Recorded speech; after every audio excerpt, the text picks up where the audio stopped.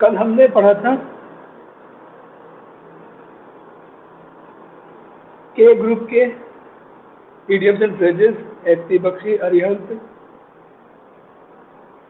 आज हम पढ़ने वाले हैं एल ग्रुप की,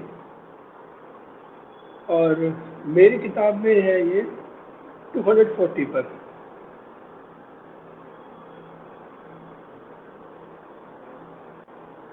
एल वाले 20 हैं और संभवतः एम वाले भी आज पढ़ लेंगे।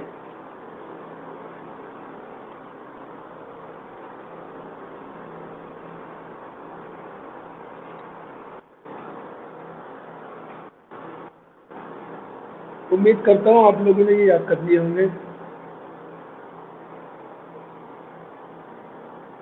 आज का काम आज ही कर लेंगे तो ये बाद में ज़्यादा मेहनत इसके साथ करनी नहीं पड़ेगी, क्योंकि जब एग्ज़ाम करीब होता है तो ये चीज़ें याद नहीं हो पाती। इन चीज़ों पर अगर मेहनत पहले की हो तो भी याद रहती है, अदरवाइज नहीं।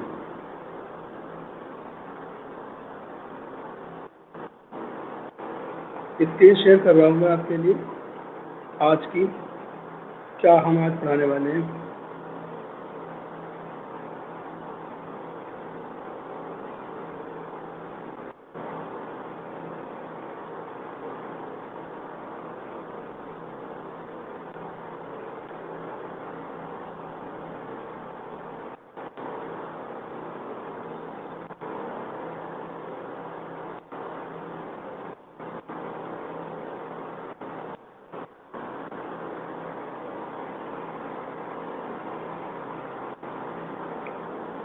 ये एल ग्रुप के हमारे सामने आए हैं।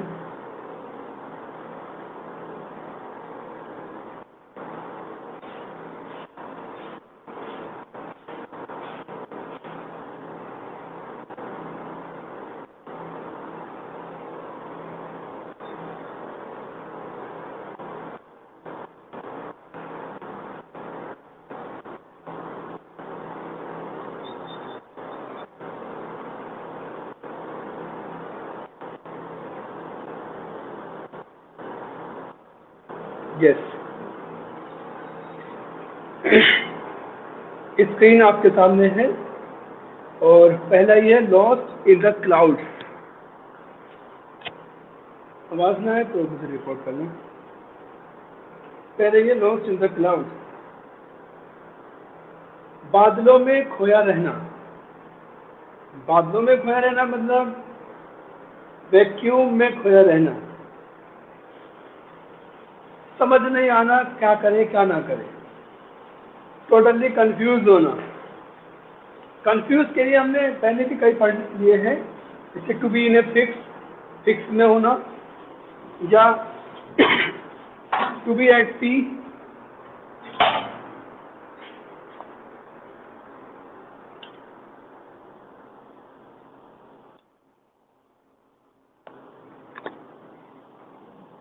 To be at sea confuse हो जाना, और बादलों में खोने का मतलब भी होता है कंफ्यूज हो जाना। इसे ऐसे याद करेंगे, पायलट एरोप्लेन उड़ा रहा था और जैसे उसका प्लेन बादलों में आया उसको दिखाई देना बंद हो गया और वो कंफ्यूज हो गया कि उसे जाना कहाँ है। कंफ्यूज हो गया कि उसे जाना कहाँ है। ये लॉस्ट इन द क्लाउड का मतलब हो जाता है टू बी कंफ्यूज्ड, समझ नहीं आना करना क्या है। My psychology teacher is often lost in the clouds as she sometimes is unable to explain the questions clearly. मेरी साइकोलॉजी की टीचर अक्सर बादलों में खोई रहती है, किसी के ख्यालों में नहीं, बादलों में खोई रहती है, यानी कंफ्यूज रहती है तब जब she sometimes is unable to explain the questions clearly, जब कभी कभी वो क्वेश्चंस को सॉल्व करने में असमर्थ रहती है या क्वेश्चन को एक्सप्लेन करने में असमर्थ रहती है। नेक्स्ट है लूज ग्राउंड। लूज ग्राउंड का मतलब होता है जगह खो देना, यानी जिस जगह व्यक्ति है किसी भी फील्ड में, जिस भी जगह है, जिस भी पोजीशन पर है, उस पोजीशन को खो देना।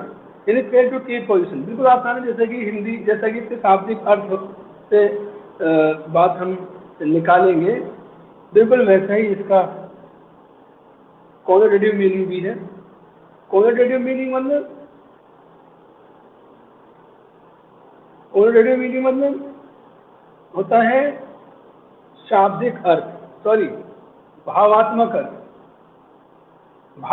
अर्थ। और डिनोटेटिव मीनिंग का मतलब होता है सीधा सीधा लिटरल मीनिंग, शाब्दिक अर्थ।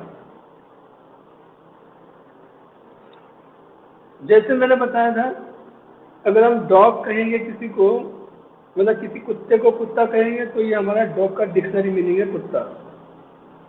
लेकिन अगर किसी व्यक्ति को कुत्ता कह देंगे हम, तो फिर उसका भावात्मक अर्थ है वो व्यक्ति कुत्ता नहीं है, बल्कि कुत्ते वाली क्वालिटी है उसके अंदर। तो डिक्शनरी मीनिंग किसी शब्द का होता है, डिनोटेटिव मीनिंग, भावात्मक अर्थ, emotional meaning, sense. Emotional meaning अगर होता है किसी वर्ड का, तो उसे हम कहते हैं कॉनोटेटिव मीनिंग। लूज ग्राउंड का मतलब हो गया है अपनी जगह खो देना, यानी जो पोजीशन है उसकी वो खो देना। The belief in prophecies and horoscope, भविष्यवाणियों में या जन्म पत्रियों में विश्वास करना। Is losing ground these days, आजकल लूजिंग ग्राउंड दीज, आजकल इनकी स्थान खो रहा है। कभी ज़माना था जब वो बहुत बड़ा स्थान रखते थे, राजा महाराजाओं के सामने प्रोफेसी कर दिया करते थे, तो राजा महाराजा भी उस बात को मान लिया करते थे। लेकिन आज वो सब गायब है।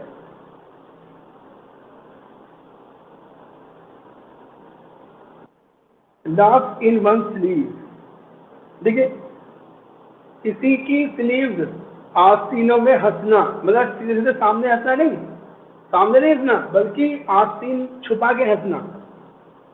आस्तीन छिपा के हंसना मतलब मुंह पर हाथ रख के हंसना। मुंह पर हाथ रख के हंसने का मतलब होता है सीक्रेटली हंसना, सीक्रेटली हंसना। लाफ इन वन स्लीप का मतलब होता है to laugh secretly. The students laughed in their sleeves at the teacher's ignorance of the subject. Students laughed in their sleeves. Students हंसते रहे अपनी आस्तीनों में, यानी सीक्रेटली हंसते रहे at the teachers ignorance of the subject, teacher की ignorance पर। क्योंकि टीचर को पता नहीं है, टीचर जानता नहीं है, इसीलिए वो अपने मुंह पर अपनी आस्तीन रख करके हंसने लगे। लाफ इन वन स्लीप का मतलब टू लाफ सीक्रेटली, छिप कर हंसना।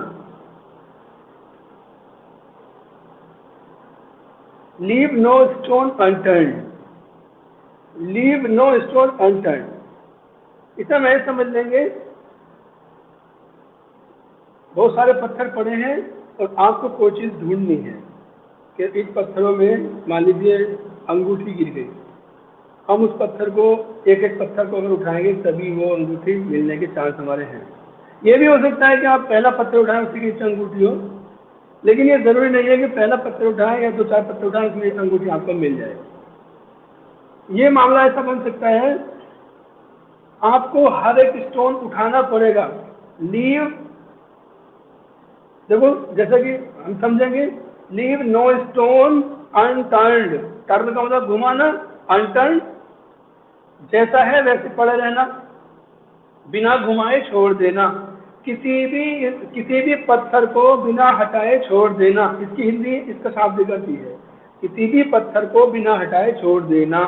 अगर हमने किसी पत्थर को बिना हटाए छोड़ दिया तो ये पॉसिबल है कि उसी पत्थर के नीचे वो अंगूठी हो सकती है। इसका मतलब है कोई भी पत्थर बिना हटाए ना छोड़ना। इसका मतलब है to make all possible effort, जितने भी पॉसिबल एफर्ट हो सकते हैं, जितने भी संभवतः एफर्ट प्रयास हो सकते हैं किसी काम को करने के लिए, वो सारे के सारे एफर्ट अपनाना, सभी एफर्ट को अपनाना। जितनी भी पॉसिबल एफर्ट्स हो सकते हैं सभी, हर एक पॉसिबल एफर्ट को अपनाना, प्रयास करना। समझ में आया? लीव नो स्टोन अनटर्न्ड, यानी बिना किसी भी स्टोन को बिना टर्न किए छोड़ना, यानी हर एक को टर्न करना चाहिए, यानी हर एक पॉसिबल एफर्ट, हर एक पॉसिबल तरीका सफलता पाने का हमें करना चाहिए। The student sorry the minister assured the poor, minister ने विश्वास दिलाया द पुअर, पुअर गरीब लोगों को, द पुअर, पुअर एडजेक्टिव है, एडजेक्टिव से पहले दा लगाते हैं तो पूरा का पूरा पूरी जाति का बोध वो कराता है, सभी गरीबों से, और पुअर में ऐसे नहीं लगेगा फिर। The minister assured the poor that he shall leave no stone unturned to uplift their condition. मंत्री ने विश्वास दिलाया गरीब लोगों को कि वह कोई भी कोरी कसर नहीं छोड़ेगा उनकी स्थिति को ऊंचा उठाने में, उनकी स्थिति को ऊंचा उठाने की हर एक संभव प्रयास को करेगा। वो कोई भी ऐसा पॉसिबल प्रयास नहीं छोड़ेगा जो वो नहीं कर सकता है। जितने भी प्रयास हो सकते हैं वो हर संभव प्रयास करेगा। बहुत इंपॉर्टेंट है ये।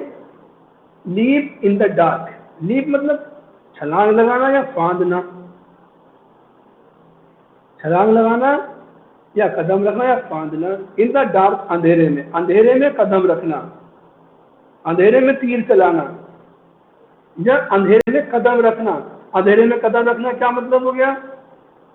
जानबूझ के आप अगर अंधेरे में कदम रखेंगे तो हो सकता है आपके कदमों के नीचे गड्ढा हो या नाला हो, तो इसका मतलब है कि आप जानबूझकर रिस्क ले रहे हैं। लीप इन द डार्क का मतलब हो जाता है to take a risk deliberately, जानबूझ करके रिस्क लेना, जानबूझ करके रिस्क लेना। Leap in the dark. You must not leap in the dark by entering the business without experience. You must not leap in the dark, आपको अंधेरे में कदम नहीं रखना चाहिए, यानी आपको जानबूझकर रिस्क नहीं लेना चाहिए bye entering the business without experience, business में एंटर करके बिना एक्सपीरियंस के। आपको तजुर्बा नहीं है, एक्सपीरियंस नहीं है बिजनेस का, फिर भी आप अगर उसमें अपना हाथ आजमा रहे हैं तो इसका मतलब है कि आप अंधेरे में कदम रख रहे हैं, यानी आप जानबूझकर रिस्क ले रहे हैं। नेक्स्ट है लुक शार्प। लुक शार्प मतलब बहुत तेज दिखाई देना, कहते ना बड़ा तेज दिख रहा है भाई, वो बहुत तेज है। क्या समझो मैं? बड़ी तेजी में हो, बड़ी तेजी में हो मतलब मेक हेस्ट, जल्दबाजी करना, जल्दी करना या जल्दबाजी करना। Look sharp the bus is moving, थोड़ा तेज दिखो, थोड़ा जल्दी करो, द बस इज मूविंग, बस चल रही है। तो लुक शार्प का मतलब हो गया मेक हेस्ट।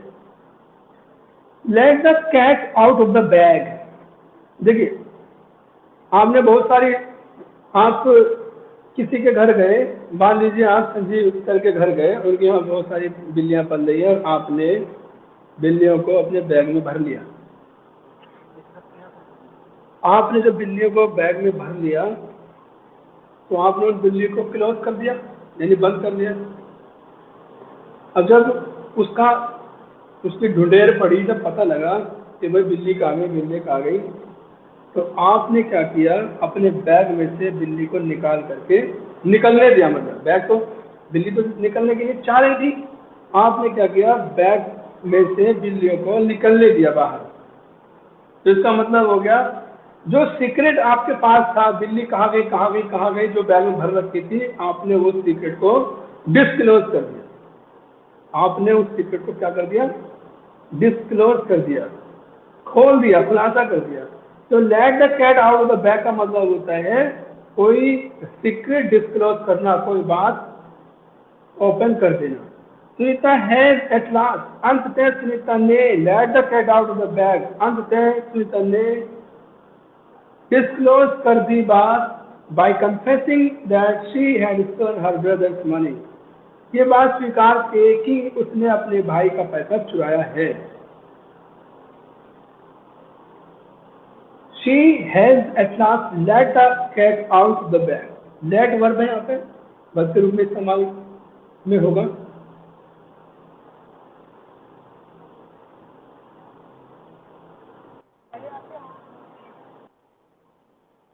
अपने सारे जो माइक थे वो म्यूट कर दो उसको, ना पूछेगी।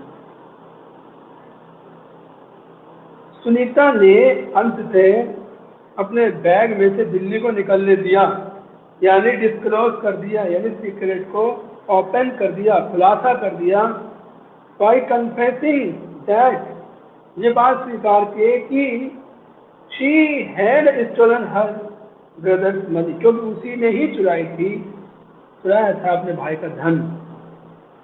Live in A fools paradise बहुत इंपॉर्टेंट है, बड़ा अच्छा आता है। ख्याली पुलाव बनाना या फॉल्स होप, झूठी उम्मीदों में जीना, झूठी उम्मीदों में जीना। My brother is living in a fool's paradise if he thinks that he can be a rich man without working hard.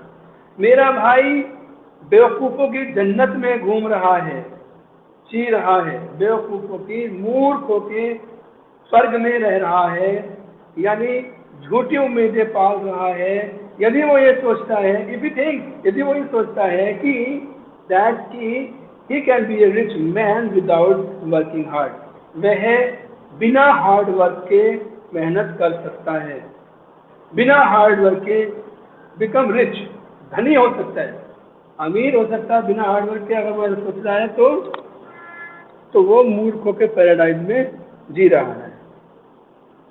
Important था, बहुत इम्पोर्टेंट है। ये भी जो मैं पढ़ रहा हूँ, लॉयंस शेयर, SHER, शेयर, हिस्सा, लॉयंस शेयर का हिस्सा। भाई शेर है, ताकतवर है, जो ताकतवर होता है उसको अपना हिस्सा बढ़ा लेता है। जो घर में बड़े भाई बहन होते हैं वो घी भी अपनी थाली में ज़्यादा डालते हैं। जो फ्रूट्स वगैरह आते सभी के खाने के लिए, वो अपने लिए भी थोड़ा बड़ा सा फ्रूट लेते हैं, बाकी दूसरे छोटे बच्चों को ज़बरदस्ती करके हल्का देते हैं, कम देते हैं। उसकी वजह क्या है? क्योंकि वो घर के अंदर शेरगर्दी दिखाते हैं, ताकत दिखाते हैं, और ताकतवर होता है वो बड़ा हिस्सा लेता है। लायंस शेयर का मतलब हो गया लार्ज पार्ट, बहुत बड़ा हिस्सा। Generally the sons as compare to daughters, आमतौर पे बेटे अगर कंपेयर किया जाए बेटियों से, एज कंपेयर्ड के बाद देखिए टू है, कंपेयर्ड विद नहीं है। As compare to daughters have a lion's share of their mother's affection. Generally बेटे अगर मुकाबले में आए, बेटियों के मुकाबले बेटे ही माँ के प्यार के लिए, माँ के प्यार में ज़्यादा हिस्सा प्राप्त करते हैं। माँ बेटों से ज़्यादा प्यार करती है बेटियों के मुकाबले। और एक बात तो है, बेटियां बाप से ज़्यादा प्यार करती हैं बामुकाबले बेटों के, और माँ बाप को बेटों से ज़्यादा प्यार होता है, तो बेटियां बाप से, माँ से ज़्यादा प्यार करती हैं। ये बात भी हकीकत है। अब देखिए आया है लॉज एंड फिशेस। लॉज मतलब रोटियां, और फिशेस मछलियां।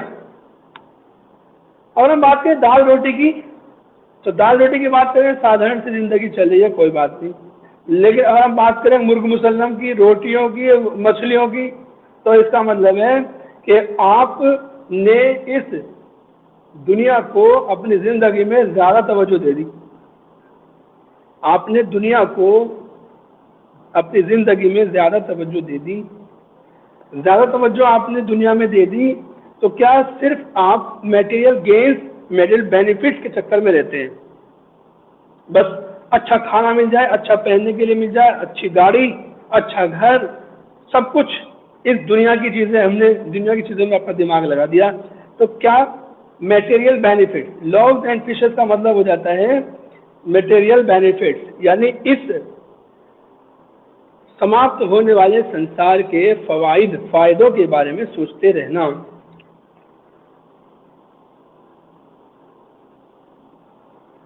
दुनियावी फायदे, मटेरियल बेनिफिट्स का मतलब हो गया सांसारिक सुख या सांसारिक फायदे, दुनियावी फायदे। Most of the ministers are more concerned with the loaves and fishes of office than the service of man. ज्यादातर मंत्री अपना ध्यान लगाते हैं, are more concern with, concern के बाद देखिए प्रीपोजिशन विद, ये प्रीपोजिशन साथ साथ चल रही है, याद ही कर लेना ही नहीं, तो प्रीपोजिशन वाले सेक्शन में हम प्रीपोजिशन पढ़ेंगे, ये सारी चीज दोबारा से आएंगी। Most of the ministers are more concerned with the loaves and fishes of office than the service of man. ज्यादातर मंत्री अपना ध्यान रोटियों में और फिशेस में लगाते हैं, यानी मटेरियल गेन्स में लगाते हैं, मटेरियल बेनिफिट्स में लगाते हैं, ऑफ ऑफिस, अपने पद के, अपने ऑफिस के फायदे क्या क्या हैं, then the service of man, बामुकाबले लोगों की सेवा के। वो लोगों की सेवा की बात नहीं सोचते हैं, बल्कि वो अपनी 50 बीघे जमीन को 500 बीघे जमीन में कैसे चेंज करना है, वो इस बारे में ही सोचते रहते हैं। और एक बार यदि कोई विधायक बन जाता है तो वाकई जो किराए के मकान में रहता है उसके पास 300-400 बीघे जमीन हो जाती है हसनपुर विधानसभा क्षेत्र में। विधानसभा क्षेत्र का मैंने नाम लिया है, कहीं भी हो सकती है। उसके बाद में लाइव वायर, देखिए लाइव वायर का मतलब हो गया जिंदा तार।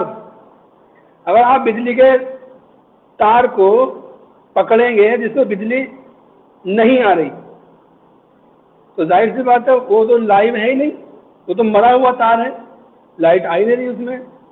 लेकिन अगर वो वायर लाइव है, जिंदा है, यानी बिजली, लाइट, पावर उसमें अगर आ रही है, तो जाहिर सी बात जैसे आप छुएंगे आप तुरंत एनर्जेटिक हो जाएंगे, तुरंत डांस करना शुरू कर देंगे। और डांस कब करता है इंसान? जब उसके अंदर एनर्जी होती है। तो लाइव वायर का मतलब हो जाता है एनर्जेटिक, इसे याद रखेंगे, लाइव वायर का मतलब हो जाता है energetic. India needs live wire political leaders, India को एनर्जेटिक पॉलिटिकल लीडर्स की जरूरत है, who can put the country on right track, जो देश को सही दिशा में ले आए।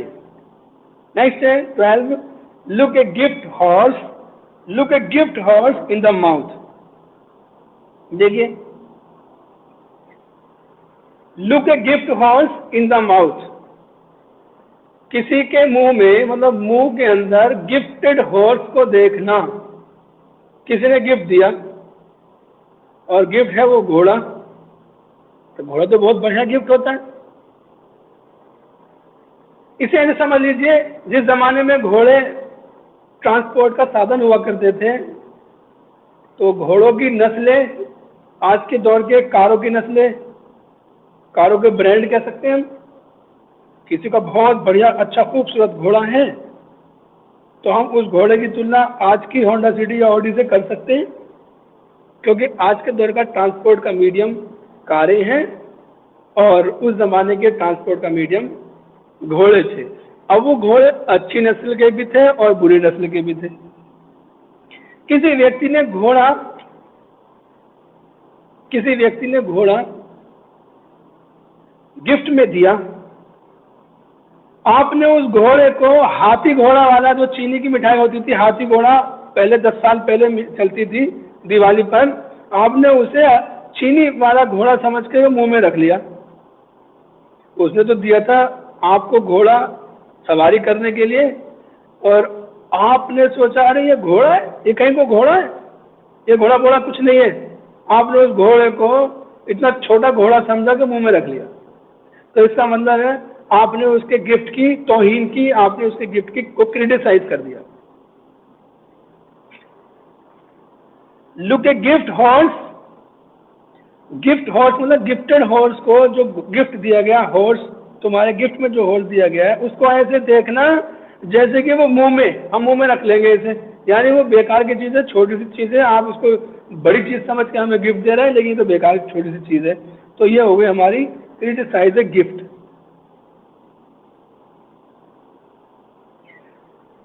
इसका दूसरा एक्सप्लेनेशन और है, look a gift in the mouth.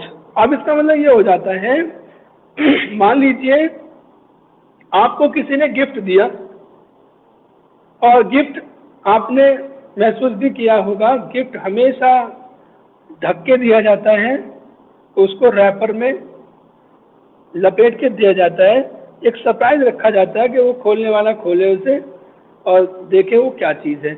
ये इसलिए भी होता है क्योंकि अलग अलग तरह के मेहमान होते हैं, किसी की हैसियत अच्छी है, किसी की हैसियत कम है, तो अच्छा बुरा गिफ्ट में डिफ्रेंशिएट आदमी ना कर सके या गिफ्ट के बड़े पैकेट से अंदाज़ा ना लगा सके कि इसके अंदर क्या है, इसीलिए उसको बिल्कुल छुपा करके दिया जाता है। तो किसी गरीब आदमी ने आपको बड़े से पैकेट में गिफ्ट दिया और अंदर रखी कोई चीज़ छोटी सी, ये दिखाने के लिए सामने वाले को कि बड़ा पैकेट है तो बड़ा ही गिफ्ट होगा, वो अपनी इज्जत बचाने के लिए काम कर रहा था। लेकिन आपने क्या काम किया, उस गरीब आदमी ने बड़े से पैकेट में जो साबुनदानी आपको गिफ्ट में दी थी, अंदर बड़ा सा पैकेट ऊपर और अंदर साबुनदानी का गिफ्ट, ये सोच के कि भाई मुट्ठी बंद रहेगी, हमारी बेइज्जती ना होगी। लेकिन आपने क्या किया, उसके गिफ्ट को उसी के मुंह के सामने खोल दिया, इन द माउथ, तुरंत मुंह के सामने ही खोल दिया। किसी के गिफ्ट को तुरंत मुंह के सामने खोलोगे तो क्या होगा, अंदर से जो निकली साबुनदानी है उसका पता लग जाएगा और जिसने दिया वो बहुत बुरा महसूस करेगा। इसका मतलब ये हुआ, अगर आप किसी के द्वारा दिए गए गिफ्ट को उसकी आंखों के सामने खोल रहे हैं तो इसका मतलब है कि आप उसके गिफ्ट को क्रिटिसाइज कर रहे हैं, आप उसकी साबुनदानी को दूसरों को दिखा रहे हैं। उम्मीद करता हूँ याद रह जाएगा आपकी इतनी बड़ी कहानी सुना दी। One should not look a gift horse in the mouth because it is given out of love and regard. एक व्यक्ति को किसी के गिफ्ट को क्रिटिसाइज नहीं करना चाहिए कि कितना छोटा सा गिफ्ट है, क्या है ये, क्योंकि ये दिया जाता है प्यार से और रिगार्ड, सम्मान से दिया जाता है। Loose once head, loose once head का मतलब हो जाता है अपना दिमाग खो देना। लूज वंस टेम्पर की बात नहीं हो रही है, टेम्पर, लूज टेम्पर का मतलब हो जाता है गुस्सा आ जाना। लूज वंस हेड का मतलब होता है जैसे मान लीजिए आप कोई बहुत बड़ी सफलता पा लेते हैं, अभी आप साधारण आदमी थे और आप एसडीएम बन जाते हैं, तो आप ताकतवर और पावरफुल हो जाते हैं, तो तुम्हारा दिमाग समझिए खराब हो गया। जो दिमाग था तुम्हारा वो खराब तुमने कर लिया, उस सेंस में है ये लूज वंस हेड, यानी कि अब उसका दिमाग सेंटर में नहीं है, अब तो वो हवाओं में उड़ रहा है, बहुत ऊंचा आदमी हो गया, उस सेंस में। टू बी कैरीड अवे यानी अपनी स्थिति को, अपने दिमाग को जिस स्थिति में है वहां से हटा के दूसरी जगह ले जाना, यानी प्राउड, घमंडी हो जाना। इसे पढ़ेंगे, देखेंगे। One should not lose once head, एक व्यक्ति को अपना हेड नहीं खोना चाहिए, अपना दिमाग का सेंटर नहीं खोना चाहिए, घमंड नहीं करना चाहिए। Even in such A victory, ऐसी जीत में भी, अगर वो जीत भी जाता है तो जीत में भी उसे अपना ध्यान, अपना दिमाग सेंटर में रखना चाहिए, उसको घमंड नहीं करना चाहिए। इंपॉर्टेंट है। 14 आसान भी है। लॉन्ग एंड शॉर्ट, लंबा और छोटा।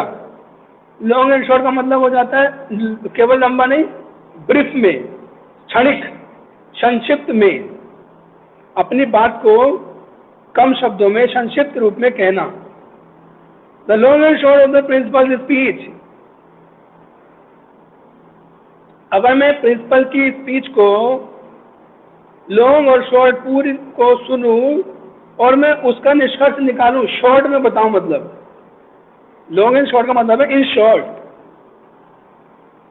अगर मैं शॉर्ट में बताऊं तो was that examination would be held on time, वो ये है कि एग्जामिनेशन समय पर होंगे। ऑन टाइम का मतलब है जो टाइम निश्चित है, जो भी टाइम निश्चित है उसी टाइम होंगे। निश्चित समय पर होंगे। इन टाइम का मतलब होता है समय से होंगे। जैसे वह रोज समय से स्कूल आता है, तो समय से स्कूल आता है। ऐसा नहीं है कि अगर 10:10 का टाइम है, 10:10 सीधे 10:10 पर वो प्रकट होगा, नहीं। अगर कोई चीज 10:10 पर ही प्रकट हो तो वो ऑन टाइम है। अगर वो 10:10 से 2-4 मिनट पहले या 2-4 मिनट बाद में है तो इसका मतलब वो लगभग समय पर ही है, समय से ही है। तो फिर वो समय से ही है, तो फिर इन टाइम का इस्तेमाल आएगा। ये प्रीपोजिशन में हम पढ़ेंगे। 15 नंबर इंपॉर्टेंट है, Latin and Greek. Latin and Greek का मतलब हो जाता है इनकॉम्प्रिहेंसिबल। कॉम्प्रिहेंसिबल का मतलब होता है जिसको समझा जा सके, इनकॉम्प्रिहेंसिबल का मतलब होता है जिसे समझा ना जा सके।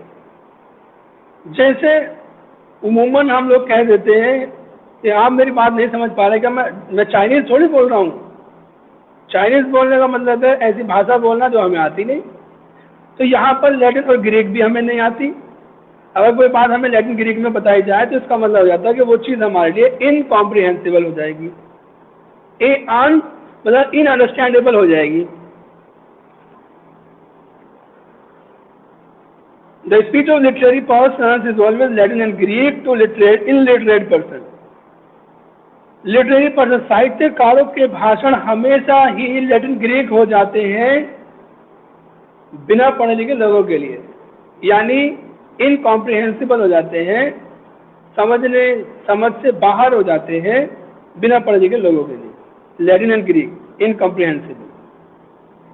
Last nail in the coffin, हमने पहले पढ़ा था लास्ट नहीं था वो, उसमें था kick A nail in the head, कुछ ऐसे था।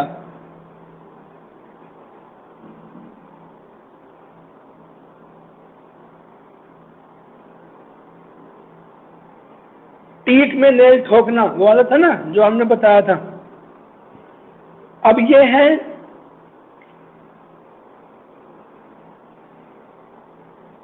ये बहुत आता है असल में। Last nail in the coffin, coffin का मतलब होता है ताबूत, यानी वो संदूक जो डेड बॉडी को ईसाइयों में और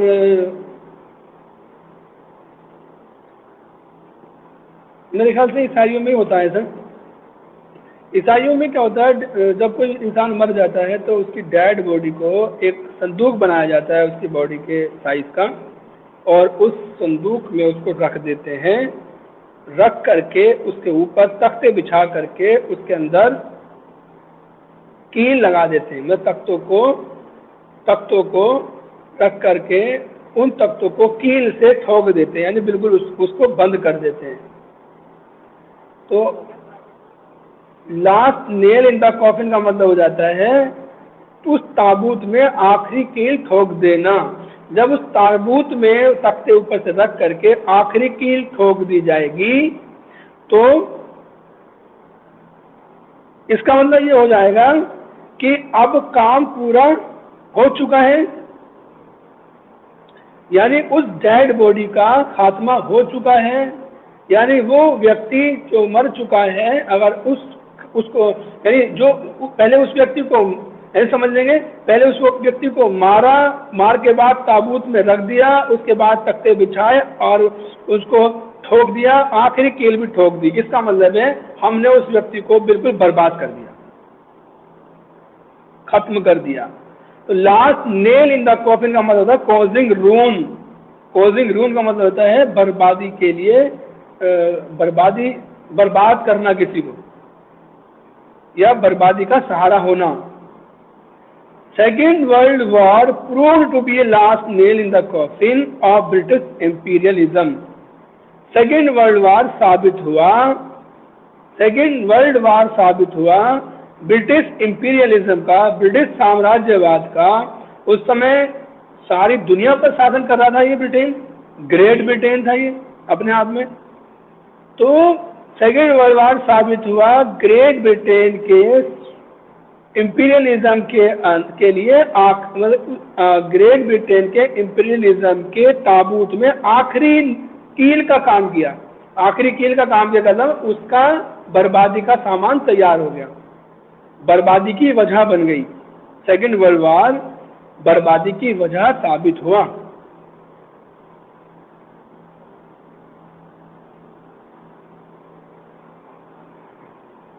leap up the garden path. देखिए लीप अप मैंने बताया था, लीप मैंने बताया था, लीप अप फांदना या कदम रखना, फांदना या कदम रखना। माइक ऑफ करो अपने। Leap up the garden path, इसका मतलब हो गया जो जो रास्ता गार्डन की तरफ जाता है, जो रास्ता गार्डन की तरफ जाता है, बगीचे की तरफ जाता है, आपने उसी को बंद कर दिया। इसका मतलब क्या हुआ, जो लोग आएंगे वो कंफ्यूज हो जाएंगे कि जाना कहाँ है उन्हें। हो सकता है कि वो कब्रिस्तान में चले जाएं, और अगर वो कब्रिस्तान में चले गए तो इसका मतलब आपने उनके साथ चीटिंग की। इसे ऐसे याद करना, leap off the garden path का मतलब है आपने उनके साथ बगीचे का रास्ता बदल करके उनके साथ चीटिंग की, आपने उनके साथ चीटिंग की बगीचे का रास्ता बदल करके। Leap off the garden path. The traders lead, मैं इसको गलत पढ़ रहा हूँ, लीड अप, लीड अप है लीड करना, लीड करना मतलब ले जाना, मतलब नेतृत्व करना। Lead up the garden path, अब ये ले जाने के भाव में है, गार्डन के रास्ते को, रास्ते की तरफ इशारा करना या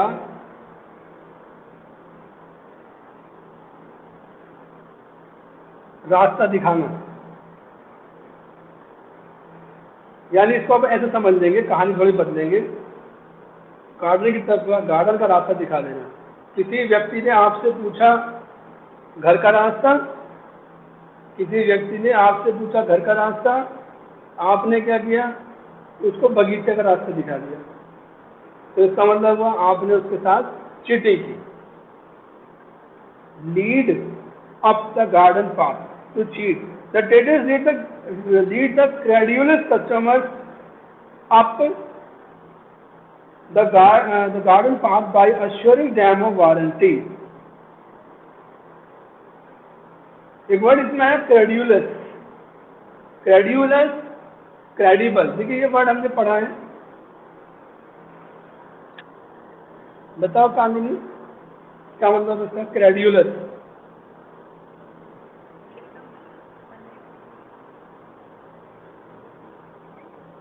हाँ, क्रेड्यूलस का मतलब होता है कि बिल्कुल बिल्कुल बेवकूफ़ सा इंसान, सीधा साधा इंसान जो बिल्कुल किसी बात पर एकदम भरोसा कर ले, एकदम भरोसा कर ले। इसके अंदर क्रेडो है, क्रेडो, CREDO, क्रेडो। क्रेडो का मतलब होता है बिलीव।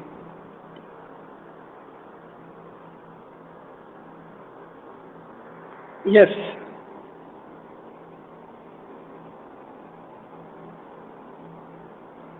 ट्रेडर्स का मतलब होता है व्यापारी। व्यापारी अपने सीधे साधे, क्रेड्यूलस का मतलब होता है आर्टलेस, सीधे साधे, जो बेचारे एकदम विश्वास कर ले, सीधे साधे कस्टमर्स को गार्डन का रास्ता दिखा देते हैं, यानी चीटिंग करते हैं उनके साथ, by assuring them of warranty, उनको विश्वास दिला करके, वारंटी की, वारंटी का विश्वास दिला करके उनके साथ धोखाधड़ी करते हैं।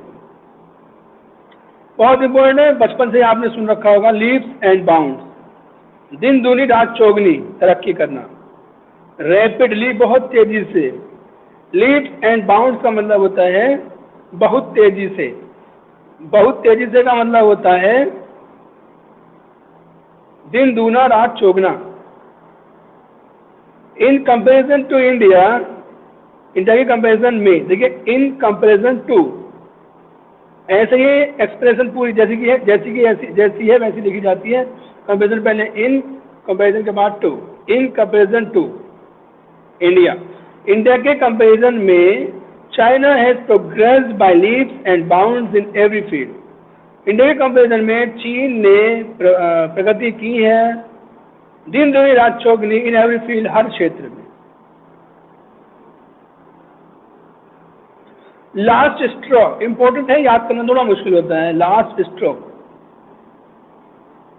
लास्ट स्ट्रॉ, आखिरी तिनका, आखिरी तिनका। The final trial of patience, patience मतलब भाग्य, सब्र, सॉरी, पेशेंस का मतलब है सब्र। सब्र का आखिरी इम्तिहान लेना, आखिरी इम्तिहान लेना, सब्र का आखिरी इम्तिहान ले लेना।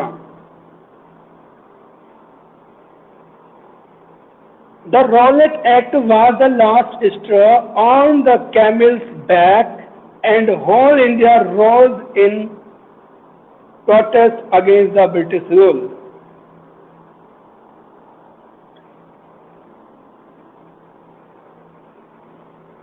रॉलेट एक्ट आपको ध्यान ही होगा।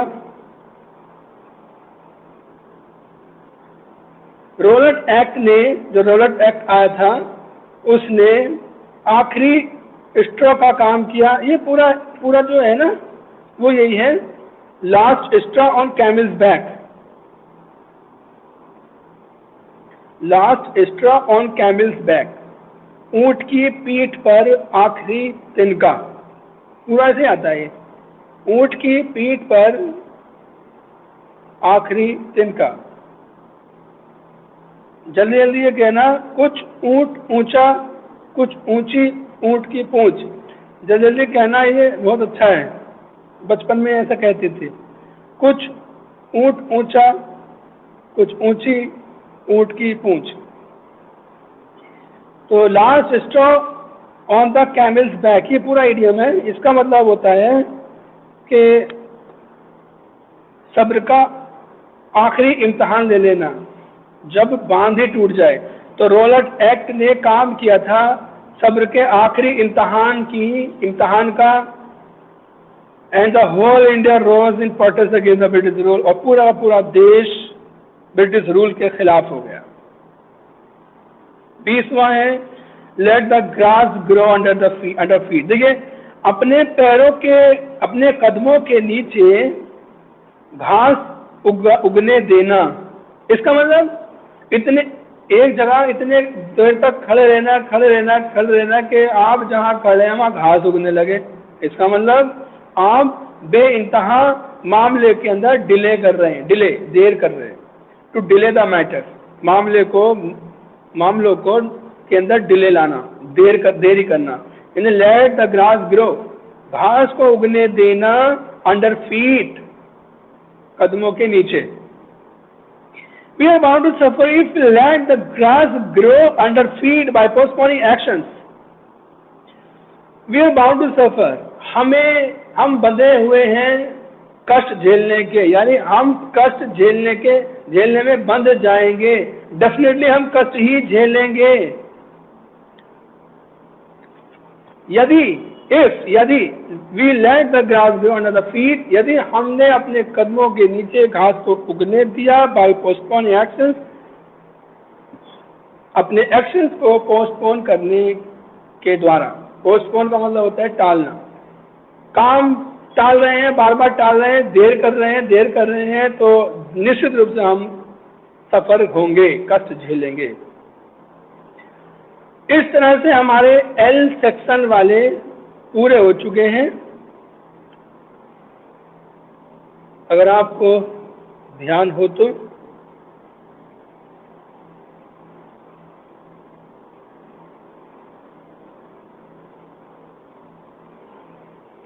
एल हमारे खत्म हो चुके हैं, और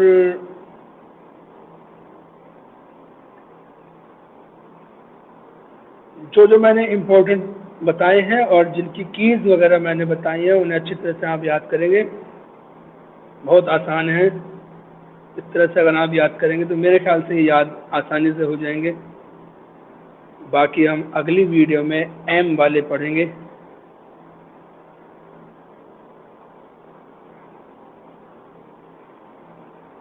एल में किसी को कोई परेशानी हो तो बताएं।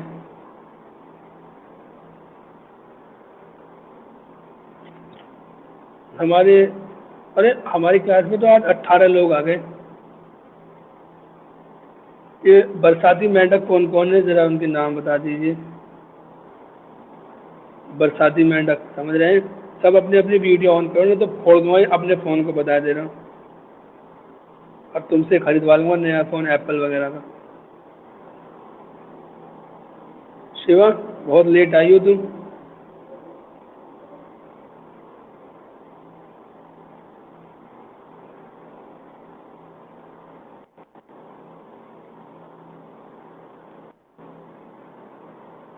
मैंने जिससे कहा ना अपने फ़ोन को फोड़ दूंगा और तुमसे खरीदवा लूंगा। मेरे फ़ोन में पता नहीं क्या होगा, जो वीडियो है मेरी वो ऐसे ऐसे क्यों कर रही इस तरह से। किसी ने श्राप दे दिया क्या? वो क्या हो गया फ़ोन में मेरे? किसी ने कुछ बुरा भला तो ना कहा? जल्दी बता दो। अरे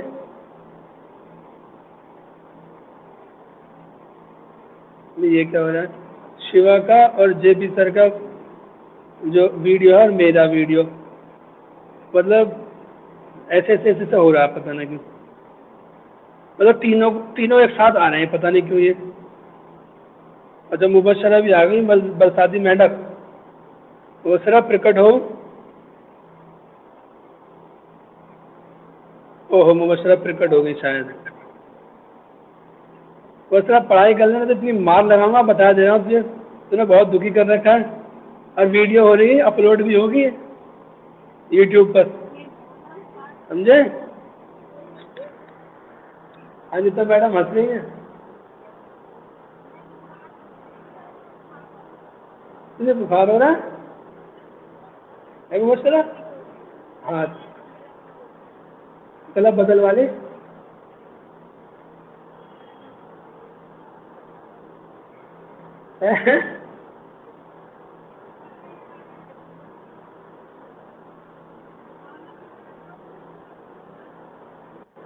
सही है सही है। मेरे गला मिला।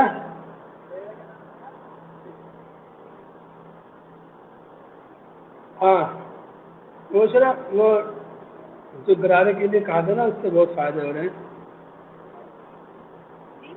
गरारे के लिए मैंने दुनिया को गरारे बताए हैं।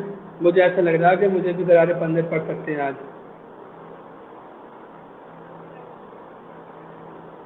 हमारी पत्नी को थोड़े थोड़े सिम्टम नज़र आ रहे हैं, वही कोरोना वाले। रात हल्का सा फीवर था, गले में खराश थी और पेट में हल्का सा दर्द है। हाँ मैं भी दुआ कर रहा हूँ। मैं भी दुआ कर रहा हूँ, लेकिन अरे जो होगा हो ही जाएगा, उसमें कोई शक नहीं पड़ता। आजकल किसी की कोई कमी ना हो। अब जेबी सर है, लाखों रुपए लगा दिए बीवी में अपनी, मतलब 10 बीवी आ जाती कम से कम इसलिए में। यार बेकार की बात कर रहे हो। अपने इतना नुकसान कर रखा तुमने यार। जेबी सर को सुन तो नहीं ना? देखो हमारी हमारी क्लास को ना थोड़ा पब्लिक मत करना, क्योंकि हमारी कुछ बातें ऐसी हो जाती जो तुम लोग तो जानते हो, बाकी सब लोग नहीं जानते। कभी सोचते थे यार ये मास्टर पढ़ो तो भड़काता है, इधर क्या क्या पढ़ाता तुम्हें।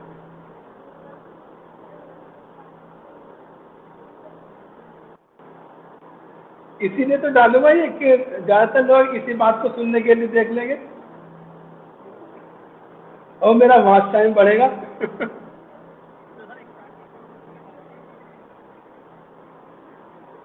हाँ ये बात सही है।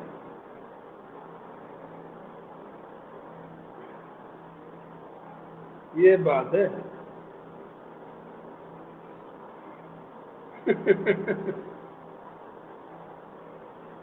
चलिए अच्छा है।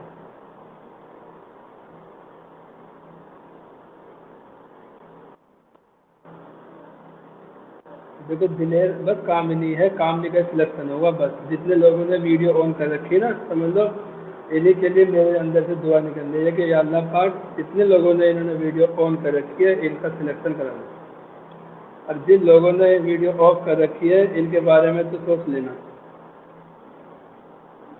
बाकी जिन लोगों ने वीडियो ऑन कर रखी है या रब्बुल इज्जत इनका जरूर सिलेक्शन करा दिए, सबसे ऊपर सबसे ऊपर है।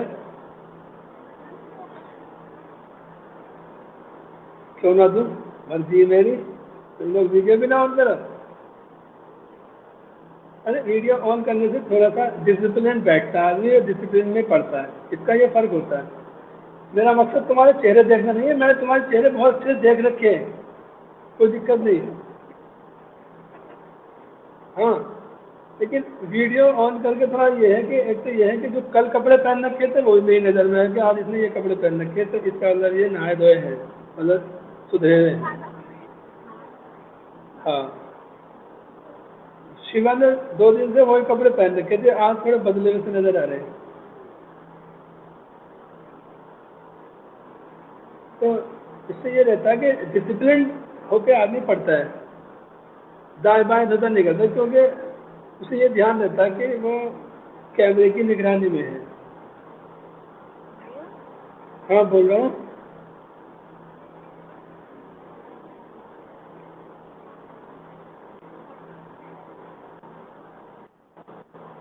तो मैं रिमूव करने वाला हूँ मैं बहुत जल्दी।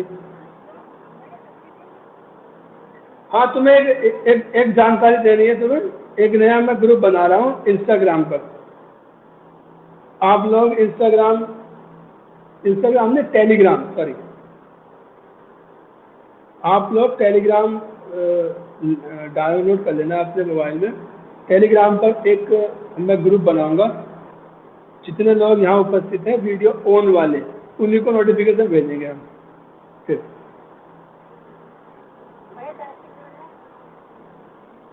फिर फालतू की बात तुमने पूछ ली, अभी टेस्ट की बात चल रही, अभी पढ़ लो थोड़ा बहुत। ओह, तुम्हारे वेस्ट हो जाते थे, मतलब भारी। तुमसे तो खुलना कभी ना आवर। तुमसे और ऋतु मैडम से तो खुलता ही ना वो।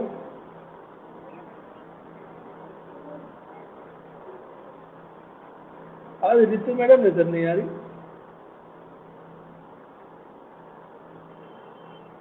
या है?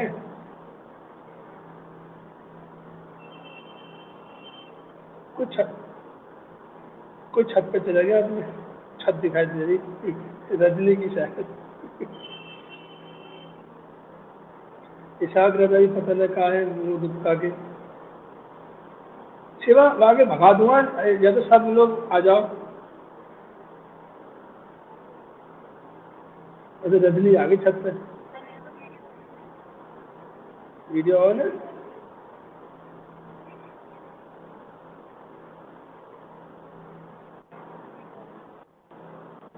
बताइए मैंने कैसे कपड़े पहन रखे?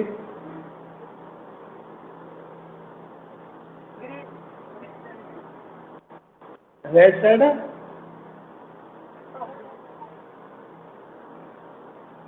पता नहीं क्या कह रही है, अंग्रेजी में बात करेगी सर। पैंट तो नजर भी ना आ रही।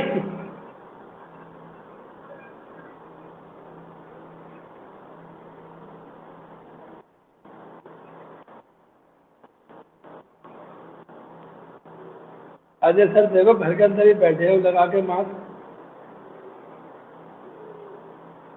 कोविड प्रोटोकॉल का पूरा ध्यान रख रहे हैं। चलिए आप ही बताइए, एल हमारा समाप्त हो चुका है। थोड़ा बोर्डम दूर किया मैंने अपना। एल समाप्त हो चुका है, धीरे धीरे हम आगे बढ़ रहे हैं, आपके ऊपर वर्कलोड बढ़ रहा है। मुझे लग रहा है कि ये याद ही कर लिया होगा, धीरे धीरे याद ही हो जाएंगे। बस एक बार और याद कर लेना इन्हें, बस एक बार रिवाइज कर लेना। मुझे उम्मीद है कि आप ये सब याद कर लेंगे एक बार, लेकिन रिवीजन करना जरूर पड़ेगा। ठीक है।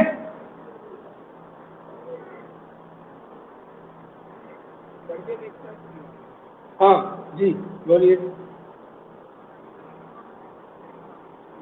अब अगर सोचो, अगर ये समझ लो तुम्हें ये उम्मीद हो कि मैं अपनी मर्जी से ही करूँगा तो कोई रिक्वेस्ट मत करना। ये तो तुम्हारे ऊपर बात है कि तुम अपनी बात को कितने किस अंदाज से कहें कि मैं मना ही ना कर पाऊँ, या नहीं? या या तुम किससे कहलवाओ बात। आदमी आदमी का भी फर्क होता है ना। मान लो राधा से कहलवा दोगे तो मैं कैसे मान जाऊंगा? मतलब कुछ चेहरे ऐसे होते हैं ना जिनकी बात मानना नहीं होता है, और कुछ चेहरे ऐसे होते हैं जिनकी आदमी बात ही नहीं टाल पाता। तो ऐसे लोगों को खाली बैच की बात, ये खाली बैच की बात नहीं है, ये एक जिंदगी में आपको एक बात बता रहा हूँ। अपने किसी काम को करवाने के लिए किसी से भी, मैनेजर से पढ़ सकता है कोई काम, या प्रिंसिपल से पढ़ सकता है कोई काम, या किसी अधिकारी से पढ़ सकता है काम। ऐसी कंडीशन में आप अपनी बात को इस तरह से कहें, या ऐसा प्रेशर ले जा करके उस आदमी से कहलवाएं जिस आदमी की बात वो टाल ही ना सके, तो आप सक्सेसफुल होंगे उस काम में। समझ रहे हैं? मैं आपके सामने एक उदाहरण हूं, समझ लो। आप ऐसे व्यक्ति को उठाए, देखे, ढूंढे कि यार किस आदमी की ये बात टाल नहीं सकती, क्योंकि मुझे ये काम करवाना ही है। समझ रहे? तो आपको दिमाग ये लगाएंगे यार ये काम करवाना ही है, किसके द्वारा होगा ये काम। ये खाली मैं इस बैच की बात नहीं कर रहा, मैं अपने भारत की जिंदगी की बात कर रहा हूँ। जीपी सिंह मेरा चेहरा देखते ही पता ना, उसे इतना झुंझलाहट आती थी, पता ना मेरे चेहरे में क्या बात थी। जीपी सिंह के अंदर ये बात थी कि वो मेरी बात को मतलब सुनने से पहले ही खारिज कर देता। वो पता नहीं कौन सी बात मेरे अंदर देखता था। तो अब मुझे भी उनसे कोई बात कहलवानी मतलब मनवानी होती थी, तो फिर मुझे भी वही ऐसा व्यक्ति मुझे ढूंढना पड़ा, तो उनसे बात मनवानी, मैंने मनवा ली। खैर, तुम्हें मैंने वो दे दिया 1 किलो। अब बताना हो जल्दी बताना, तो 2 मिनट के बाद मैं दूसरे पे आ रहा हूँ।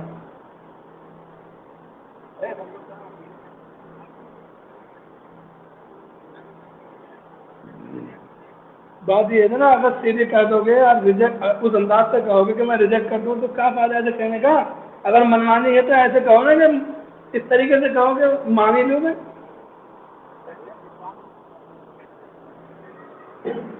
जी क्या?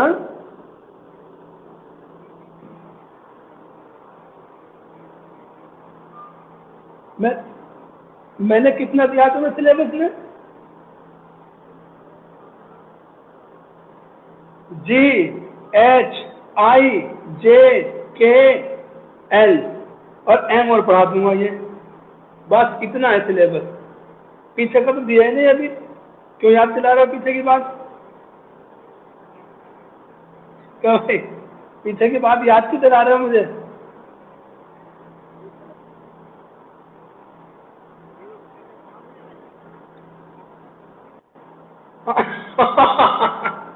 हाँ यार, टर्म का तो हो चुका हमारा, उसको भी ले लेंगे तो भूलोगे ना तुम इस चीज को। अंकिता कह रही मैं तो भूल गई।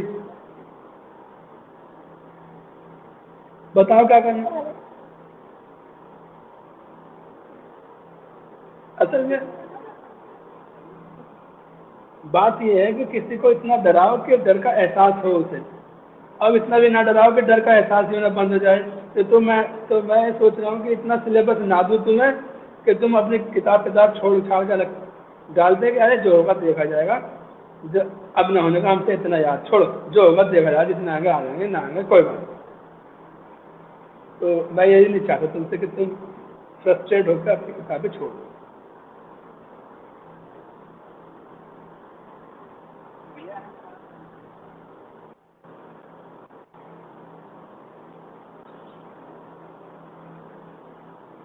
चलो एम पढ़ा दें। एक काम करो, एन छोटा एन पढ़ लेते हैं पहले। एन ठीक है,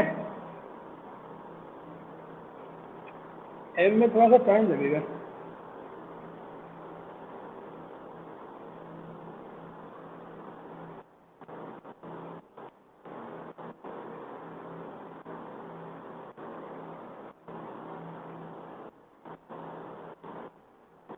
जी सर। अरे ये सुरेश सर कहाँ है हमारे? सुरेश सर नहीं दिखाई दे रहे यार बहुत दिनों से। पूछ चलो फोन करके उन्हें।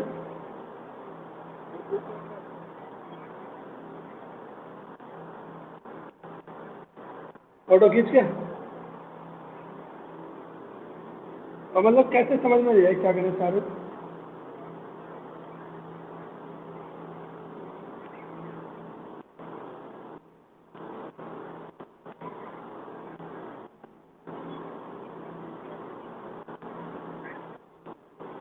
अच्छा हाँ तो मैं करूँगा ही, अभी कर रहा हूँ। हाँ एक तो पहले मैं उसका एक फोटो खींचता हूँ।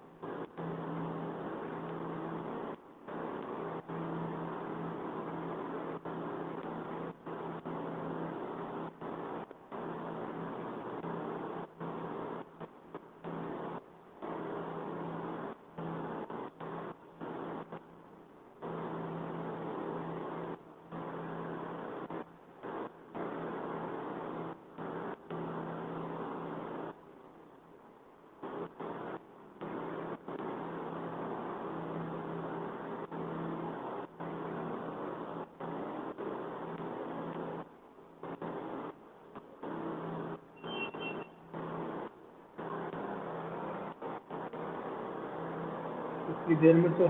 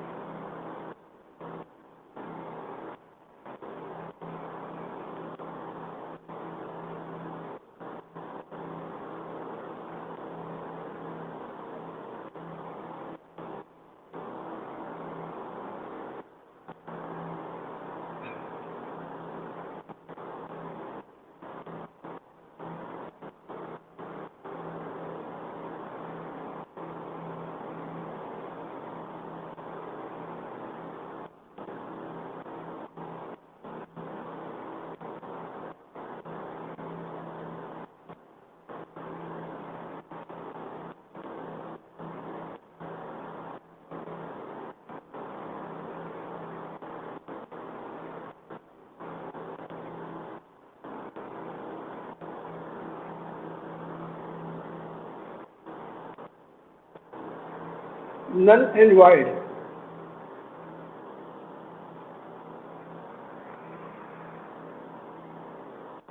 नल एंड वाइड ये देखो एन राउंड में आया है हमारा, इसमें मेरे ख्याल से 7-8 ही है केवल।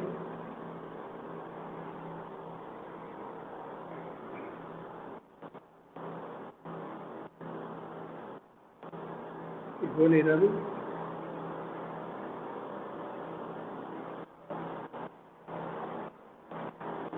चलिए स्क्रीन शेयर करता हूँ मैं इसकी।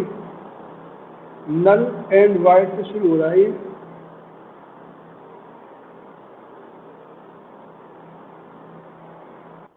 यस,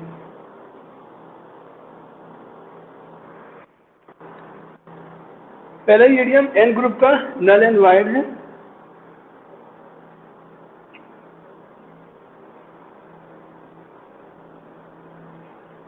ये शुरू होता है, नल एंड वाइड का मतलब होता है बिल्कुल प्रभावहीन। कोई काम आपने किया, कोई बात आपने की, कोई रिपोर्ट आपने दी और उस रिपोर्ट का सामने वाले व्यक्ति पर कोई भी प्रभाव नहीं पड़ा, यानी वो इनइफेक्टिव रहा, प्रभावहीन रहा। कोई नियम कानून हमारे लिए बनाए और उन नियम कानूनों का हम पर कोई असर ना पड़ा, तो वो हो गया हमारा नल एंड वाइड। नल का मतलब होता है शून्य करना किसी चीज को, और वाइड का मतलब होता है शून्य की स्थिति में कोई भी काम किया, रिजल्ट क्या निकला, शून्य है। कोई भी काम किया, रिजल्ट क्या निकला, शून्य है। तो शून्य हो गया, इसका मतलब हो गया किसी भी काम को करने के आपका प्रभाव हुआ इनइफेक्टिव रहा। क्या इनइफेक्टिव? पढ़ेंगे इसे थोड़ा सा। स्ट्रेंजली, बड़े ही अनोखे अंदाज में, the laws made by the British in India, India के अंदर जितने भी ब्रिटिश सरकार ने नियम बनाए थे, are not yet null and void, वो आज भी प्रभावहीन नहीं है। ब्रिटिश सरकार ने जो भी नियम कानून हमारे देश में बनाए थे वो आज भी नल एंड वाइड नहीं है, बल्कि वो आज भी इफेक्ट में है। नल एंड वाइड का मतलब हो गया प्रभावहीन, जिनका कोई असर ना हो। नेक्स्ट है नेक्स्ट नथिंग। देखिए नथिंग का मतलब कुछ भी नहीं, कुछ भी नहीं से आगे कुछ भी नहीं। जब एक चीज खत्म हो गई तो बस बात पूर्ण रूप से वो खत्म हो गई। तो नेक्स्ट नथिंग का मतलब हो जाता है ऑलमोस्ट नथिंग, लगभग कुछ भी नहीं। The thieves made off with everything from the kitchen and there was nothing, there was next nothing left. Make off का मतलब होता है भाग, लेके भाग जाना है, चोरी करना। चोरों ने हर चीज, किचन के अंदर से हर चीज की चोरी करके चोर भाग गए, और there was next to nothing left, और उसके बाद लगभग कुछ भी ना बचा। उसके बाद लगभग कुछ भी ना बचा। दो इडियम है, फिर से इसकी शेयर करता हूँ आपके लिए।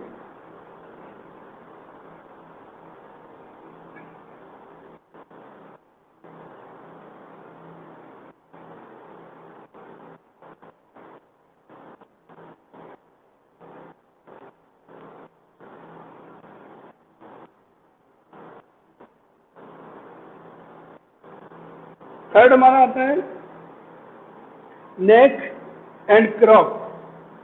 नेक का मतलब होता है गर्दन, और क्रॉप का मतलब होता है फसल, और क्रॉप का मतलब काटना भी होता है। अब इसका मतलब ये इसे ऐसे याद करेंगे, नेक मतलब गर्दन, गर्दन दो और उसके उसको ऊपर से छांट दो, काट छांट कर दो। गर्दन की काट छांट कर दिया यानी आदमी कंप्लीट रूप से खत्म हो जाएगा। नेक का मतलब होता है ऊपर की गर्दन को काटना, यानी कंप्लीटली खत्म करना की चीज को। The dacoit finished him off neck and crop beyond recognition. डकैतों ने खत्म कर दिया उसे नेक एंड क्रॉप, यानी गर्दन भी उसके काट दी, क्रॉप कर दी, कतर दी, यानी उसको कंप्लीटली उसको खत्म कर दिया। डकैतों ने कंप्लीटली उसको खत्म कर दिया बियॉन्ड रिकॉग्निशन, कि उसको पहचाना भी नहीं गया, यानी खत्म कर दिया ऐसे कि उसको पहचाना भी ना गया। No love lost, no love lost का मतलब होता है intense dislike. No love lost का मतलब होता है इंटेंस डिसलाइक। इंटेंस डिसलाइक का मतलब होता है बेहद, बहुत ज्यादा गहरी। इंटेंस का मतलब गहरी, गहन। डिसलाइक का मतलब नफरत, बहुत डीप रूटेड डिसलाइकिंग।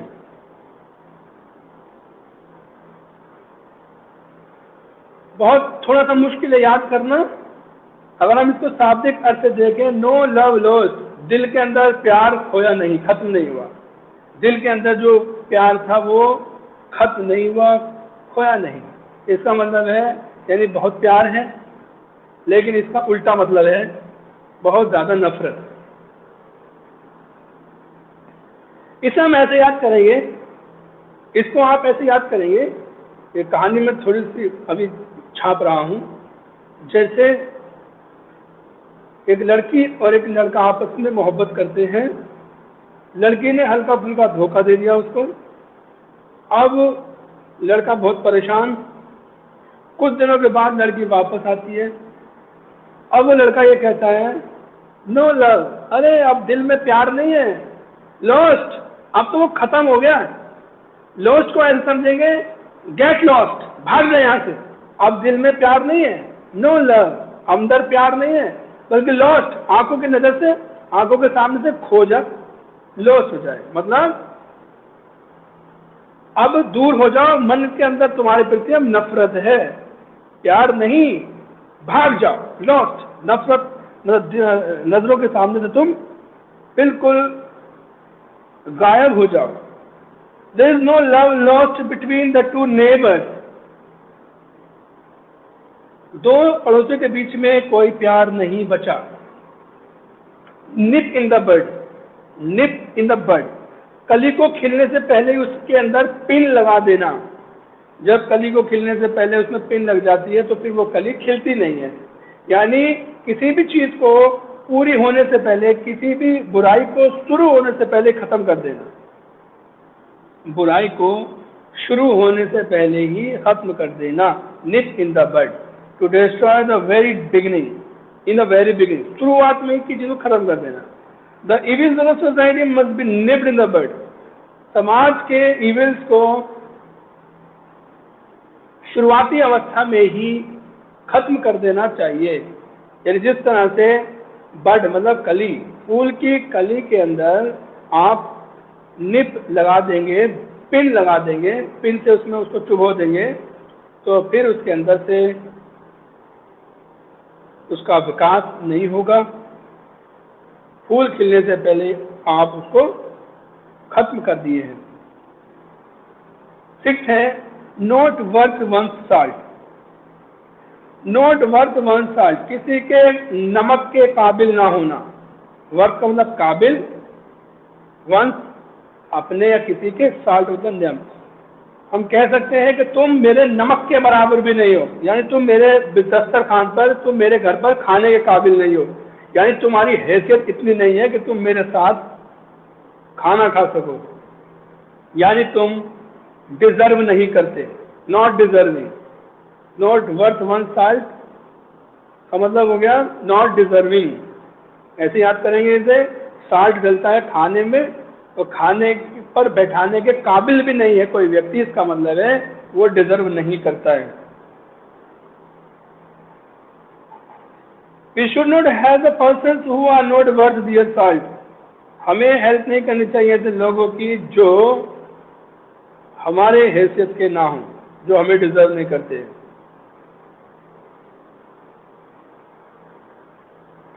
हमें मदद नहीं करनी चाहिए उन लोगों की जो मदद को डिजर्व नहीं करते हैं। यानी ये एन राउंड के हमारे कंप्लीट हो चुके हैं। आज हमने पढ़े हैं एल और एन, कल हम पढ़ेंगे एम। इसे आप याद करेंगे, बहुत ध्यान से याद करेंगे। यदि कोई इसमें दिक्कत है, कोई परेशानी है, तो फिर मैं आपके सामने, ऐसी कोई चीज इसमें थी नहीं,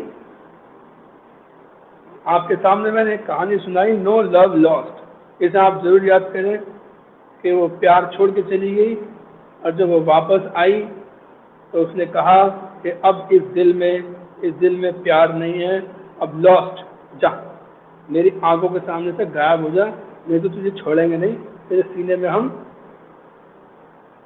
गोली मार दें। क्या खतरनाक! गोली कब मारता है आदमी? जब इंटेंस डिसलाइक, बहुत ज़्यादा नफरत होती है। बाकी ये एन वाले समाप्त हो चुके हैं। अगली वीडियो में हम एम वाले, ओ वाले यानी ए से लेकर जेड तक करेंगे। तब तक के लिए गुड बाय, बाय बाय। और मैं फ़ोन रख रहा हूँ। है ये सही? संजीव सर कुछ कह रहे हैं आप? जी, क्या कह रहे हैं आप बताएं। किस टाइम मिलेगा मतलब?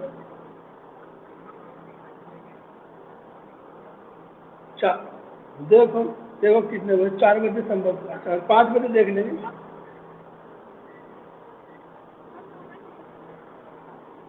4 देखो, शाम 4 बजे से और 7-8 बजे तक मेरे मेरे नाम का समय रखे करो। मैं पढ़ाऊँ या ना पढ़ाऊँ? अगर मैं ना पढ़ाऊँ तो अपनी किताब उठाओ, अपने आप पढ़ना शुरू कर दो। सही है? और अगर पढ़ाऊँ तो कोई दिक्कत नहीं, आपको पता लग ही जाएगा। बाकी ये 4-5 घंटे आप मेरे लिए छोड़ दें बस। सही है? इसमें अगर किसी को कोई परेशानी हो तो बताओ। जी,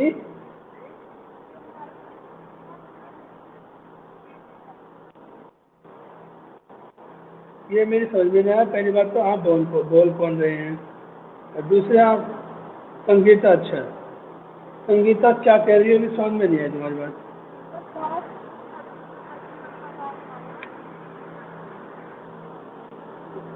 लॉस्ट टू नथिंग, अच्छा नेक्स्ट टू नथिंग बताना है। देखिए डकैतों ने चोरी कर ली और कुछ भी नहीं छोड़ा, कुछ भी नहीं कि अब पुलिस वाले ने पूछा और बताओ और क्या क्या बचा। अबे जब कुछ नहीं छोड़ा, जब कुछ भी नहीं छोड़ा तो आगे क्या बताएं? पुलिस वाले पूछ रहे हैं, हमने पहले बता था कि पुलिस वाले डकैतों ने हमारे घर कुछ भी नहीं छोड़ा, कुछ नहीं छोड़ा, नथिंग, कुछ भी नहीं छोड़ा। उन्होंने लिख लिया कुछ भी नहीं छोड़ा। अब फिर सवाल पूछ रहे और बताओ और क्या नुकसान हुआ। अरे जब हमने बता दिया कुछ भी नहीं छोड़ा तो नेक्स्ट नथिंग, जब नथिंग कह दिया तो उसके आगे तो कुछ है ही नहीं। ये समझ में आया? और बताओ। लुक, हाँ हाँ समझ रहे हैं तुम्हारी तो मैं, हाँ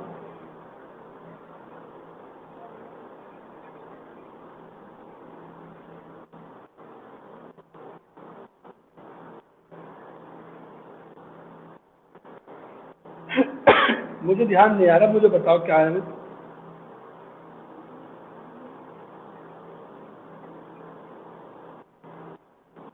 हाँ हाँ हाँ हाँ, वो बिल्कुल बिल्कुल ऐसी का ऐसी स्पीच है उसकी, वो मैं तुम्हारे ग्रुप में डाली थी। सो सकते हो, कुछ भी कर सकते हो, लेकिन तुम्हारे साथ, तुम मेरे साथ खा नहीं सकते बस।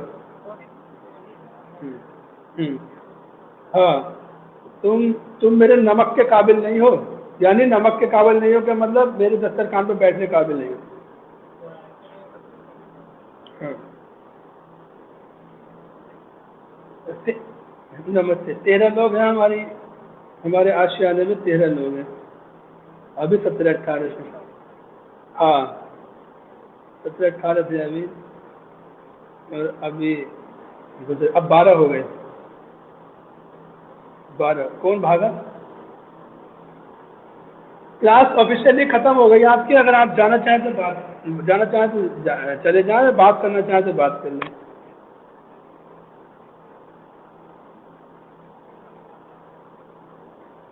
क्यों इसरत को क्या हुआ है, कहाँ इसरत? जरा दिखाना दिखाना इसको।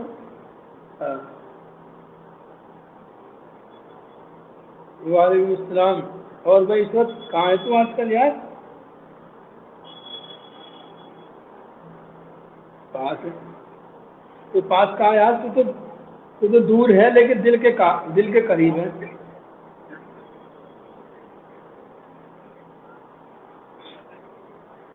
हैं? हाँ, दिल में है। कुछ खा पी के बैठे हो नहीं? तो खा ले, बना ले फिर। पराठे बना ले और चाय से खा ले। मैंने तो पराठे बना ले और चाय पी के खा ले उसे। ये बाहर बिरयानी कहीं ना कहीं मिल जाएगी। है? भेजना थोड़ी है, अपने घर पे बैठ के अपने कमरे में बैठ के बनाए खा।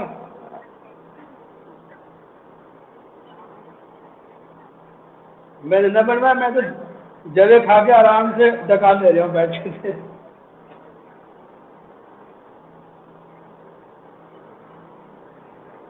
न तेरे लिए न बनवाया हमने।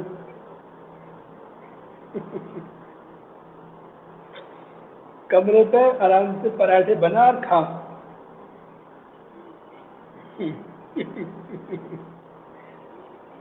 हाँ, ऐसे कर, ऐसे कर। बहुत मजे ले रहे हैं तेरे।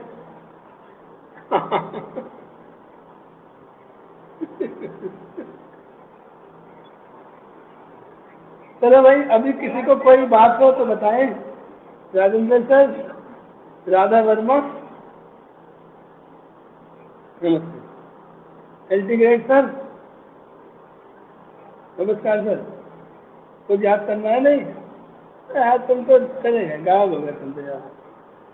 तो यार हम तो मोहब्बत ना तुम यार। अरे तुम अपने से मैंने छुट्टी कर ली ना सबकी। तो पढ़ाई वढ़ाई कर रहे हो नहीं तो बता। अरे पढ़ाई कर रहे हो ना? तुमसे यार बात करना चाह रहे हो, मैं तुम भागना चाह रहे हो?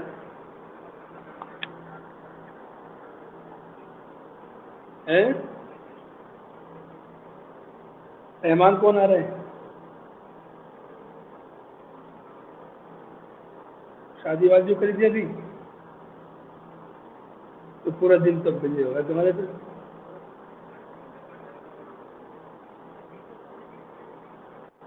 हाँ, जी से लेके ना।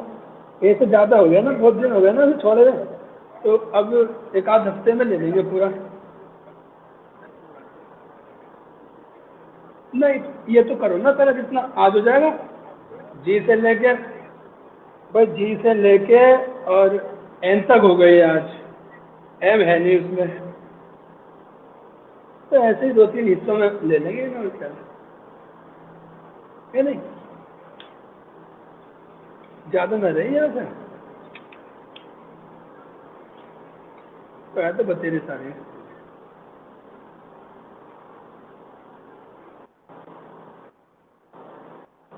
हम्म। वैसे तो धीरे धीरे निमट जाएगा ना, सही अपना। Slow and steady wins the race. मुझे नहीं,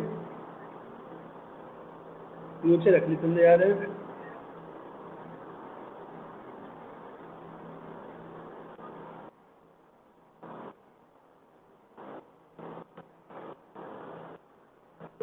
ना आज ये दो हो गए, छोटे छोटे दो हो गए। यानी एक दिन में हम लोग 25-30 पढ़ा सकते हैं।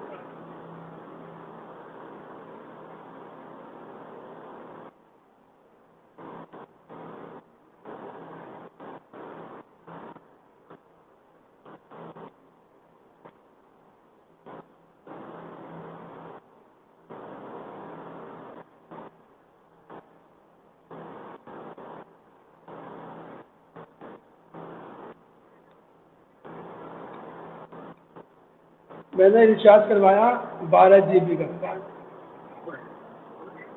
हाँ यार। हाँ, सुबह सुबह ख़त्म हो जाता था। कल जो लापरवाही रहती ना, वो इसी वजह से रहती। वो पहिए से घूमते रहते हैं वो। हम बैठे बहुत देर तक, चल जाएगा। कभी आगे नेटवर्क, कभी नहीं।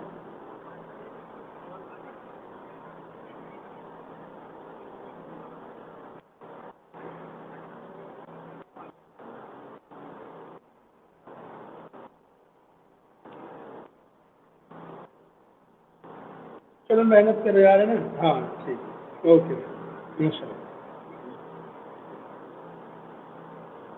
राजेंद्र सर, रजनी क्या पढ़ रही हो आजकल? याद कर रही हो नहीं? चलो अच्छी बात है।